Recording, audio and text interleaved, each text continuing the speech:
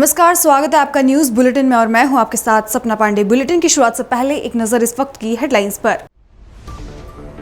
देहरादून में house of Himalayas के card का शुभारंभ, कैबिनेट मंत्री गणेश जोशी ने किया उद्घाटन। डिजिटल इंडिया मुहिम का किया जिक्र। देहरादून में शिवसेना के राष्ट्रीय प्रवक्ता ने दी काजल सिंह को बड़ी जिम्मेदारी। काजल सिंह बनी नई राज्य प्रमुख। शिवसेना की सौंपी गई काजल सिंह को कमान। देहरादून में एक्शन मोड में नजर आ रही पुलिस। मालदेवता चौकी की पुलिस का रूटीन चेकिंग अभियान जारी। नियमों का उल्लंघन करने वालों के खिलाफ पुलिस ने किया चालानी कार्रवाई। आगरा में सपा सांसद रामजी लाल सुमन हाउस अरेस्ट। दलित परिवार से मिलने की सूचना पर पुलिस ने रोका। सपा सांसदों का आरोप, दलितों पर बढ़ता जा रहा लगातार अत्याचार। कन्नौज में संदिग्ध परिस्थितियों में युवक का शव मिलने से मचा हड़कंप। मृतक के परिजनों ने जताई हत्या की आशंका। पुलिस ने मामले की कार्रवाई का दिया आश्वासन। चलिए अब रुक करते हैं खबरों की ओर। खबर देहरादून से है, जहां ग्रामीण विकास मंत्री गणेश जोशी ने देहरादून के सेंट्रियो मॉल में हाउस ऑफ हिमालयाज के कार्ड का शुभारंभ किया। इस अवसर पर उन्होंने स्टॉल पर प्रदर्शित उत्पादों का निरीक्षण किया और हाउस ऑफ हिमालयाज के तहत उपलब्ध विभिन्न स्थानीय उत्पादों की जानकारी ली। अगली खबर देहरादून से है। देहरादून में आयोजित एक विशेष कार्यक्रम में शिवसेना राष्ट्रीय प्रवक्ता गुलाब चंद दुबे ने उत्तराखंड शिवसेना की कमान काजल सिंह को सौंपी। काजल सिंह को उत्तराखंड की राज्य प्रमुख के रूप में नियुक्त किया गया है। अगली खबर भी देहरादून से है, जहां पुलिस कार्यालय स्थित सभागार में वरिष्ठ पुलिस अधीक्षक देहरादून ने सभी अधीनस्थों के साथ मानसिक अपराध गोष्ठी के दौरान एसएसपी देहरादून ने अपराधों की समीक्षा करते हुए शीतलता बरतने वाले थाना प्रभारियों को सख्त चेतावनी दी। साथ ही एसएसपी देहरादून ने उपस्थित अधिकारियों को कई आवश्यक दिशा निर्देश दिए। देहरादून में पुलिस लगातार एक्शन मोड में नजर आ रही है। मालदेवता चौकी की पुलिस और केंद्रीय सुरक्षा बलों की ओर से रूटीन चेकिंग अभियान चलाया जा रहा है और ट्रैफिक नियम के उल्लंघन करने वालों के खिलाफ चालानी कार्रवाई करते हुए सख्त हिदायत दी जा रही है। इसी को लेकर हमारे संवाददाता भूपेंद्र भट्ट ने भारी वाहनों के चलते बढ़ती दुर्घटनाओं सहित अन्य सड़क हादसों को लेकर चौकी इंचार्ज ओम प्रकाश से बात की। जो ट्रक आ रहे हैं उनकी टाइमिंग का क्या आपका मतलब उसका हुआ है?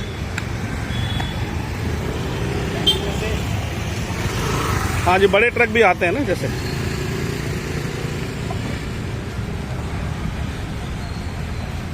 और ये मालदेवता चौकी इंचार्ज हैं ओम प्रकाश जी। और यहाँ पर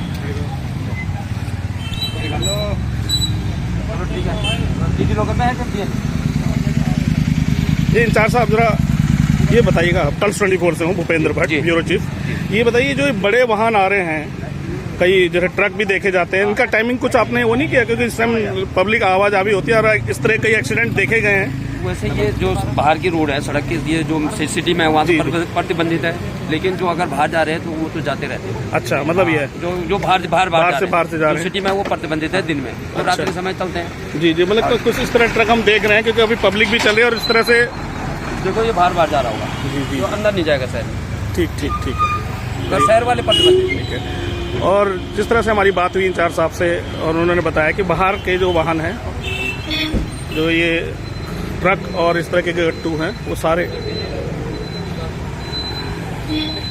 ये आइए इनसे जानते कुछ है। हाँ जी, आप लोगों को किस लिए रोका गया? अच्छा, हमारे साथी इंतजार कर रहे हैं। अच्छा अच्छा अच्छा अच्छा, ठीक है, इनसे ही पूछते हैं। आइए जानते हैं जी, आपको किस उसके लिए वो करा गया है? लाइसेंस हमारा तो सब कुछ है। कुछ तो बस नॉर्मल रूटीन चेकिंग है ना। रूटीन चेकिंग में फिर भी कोई नियम कुछ ऐसा? तो हेलमेट भी आपने पहना हुआ है? नहीं, ऐसा कुछ हमने नहीं। अच्छा, आपसे नॉर्मल चेकिंग पूछा। ठीक है। चलिए, तो देखिए इस तरह से जो है लोगों को पूछा भी जा रहा है और उनका सही रूटीन चेकिंग के अंतर्गत है और बहुत ही। राणा सांगा पर विवादित टिप्पणी कर चर्चा में आए समाजवादी पार्टी के राज्यसभा सांसद रामजी लाल सुमन को सोमवार को एक बार फिर आगरा में हाउस अरेस्ट कर लिया गया। उनकी मथुरा में दलित परिवार से मिलने जाने की सूचना मिलने पर पुलिस फोर्स उनके घर पहुंची और उन्हें घर से निकलने से रोक दिया गया। वहीं मामले को लेकर सपा सांसद का कहना है कि दलितों पर अत्याचार बढ़ रहे हैं और सरकार पीड़ितों को न्याय देने के बजाय हमें रोक रही है। खबर कन्नौज से है, जहां कचपुरा गांव में एक लापता युवक का संदिग्ध परिस्थितियों में शव मिला। मामले में मृतक के परिजनों ने हत्या की आशंका जताई है। वहीं घटना की सूचना मिलते ही पुलिस मौके पर पहुंची और शव को पोस्टमार्टम के लिए भेजा। फिलहाल पुलिस मामले की जांच में जुटी है। हल्द्वानी में पुलिस ने वाहन चोरी की बढ़ती घटनाओं पर अंकुश लगाते हुए मलीताल क्षेत्र में 4 मामलों का सफल अनावरण किया है। इस कार्रवाई में 9 मोटरसाइकिलें बरामद की गई, जिनकी अनुमानित कीमत 12 लाख रुपए है। साथ ही पुलिस ने 2 अभियुक्तों को गिरफ्तार किया है। कुछ मुखबिरों की सूचना के आधार पर कुछ संदिग्ध लोग जो है पुलिस के राडार पर आए।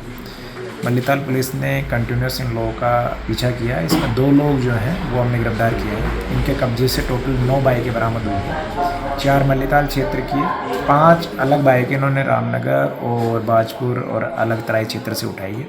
उनके बारे में पता करने की कोशिश कर रहे हैं कि उनके बारे में FIR लिखी गई है या क्या मामला है। इसके साथ ही ये जो दोनों अभियुक्त इनमें से एक नैनीताल का रहने वाला है, एक बाजपुर का रहने वाला है। तो ये लोग नीचे के क्षेत्र से और पहाड़ी क्षेत्र दोनों जगह से इस तरह की घटनाएं करते थे।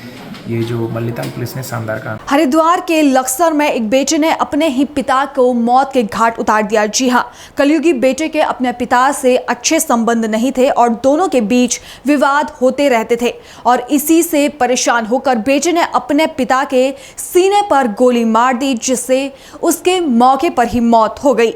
सुबह जब मृतक की पत्नी और उसका शव बिस्तर में खून से लथपथ मिला तो पुलिस को घटना की सूचना दी गई। मौके पर पहुंची पुलिस ने मृतक के बेटे से पूछताछ की तो उसने हत्या की बात कबूली। आरोपी ने बताया कि उसने अपने पिता की हत्या 12 बोर के तमंचे से की थी।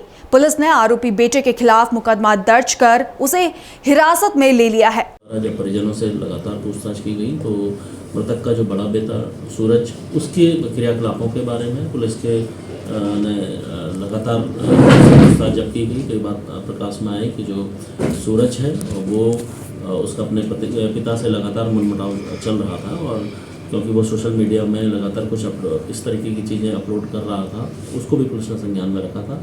जब अभियुक्त से पूछताछ की गई, इसके द्वारा घटनाक्रम को स्वीकार किया गया, अपने पिता की हत्या करना इसने स्वीकार किया और जिस असलहे से इसने हत्या की थी वो भी पुलिस को इसने रिकवर कराया।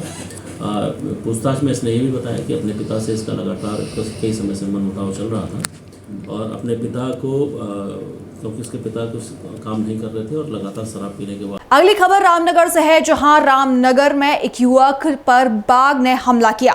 बाघ के हमले से युवक की मौके पर ही मौत हो गई। मृतक की पहचान विनोद कुमार के रूप में हुई है। बता दें कि विनोद जंगल में लकड़ी लेने गया था और इसी दौरान उस पर बाघ ने हमला कर दिया। विनोद के शोर मचाने पर जब लोग मौके पर पहुंचे तो विनोद लहूलुहान हालत में मिला और लोग उसे बचाने जा पाते उससे पहले ही विनोद ने दम तोड़ दिया। मृतक के परिवार में कोहराम मच गया है और गांव में दहशत का माहौल है। फिलहाल न्यूज़ बुलेटिन में इतना ही। देश और दुनिया की बाकी तमाम खबरें देखने के लिए बने रहिए पल्स 24 न्यूज़ के साथ। नमस्कार।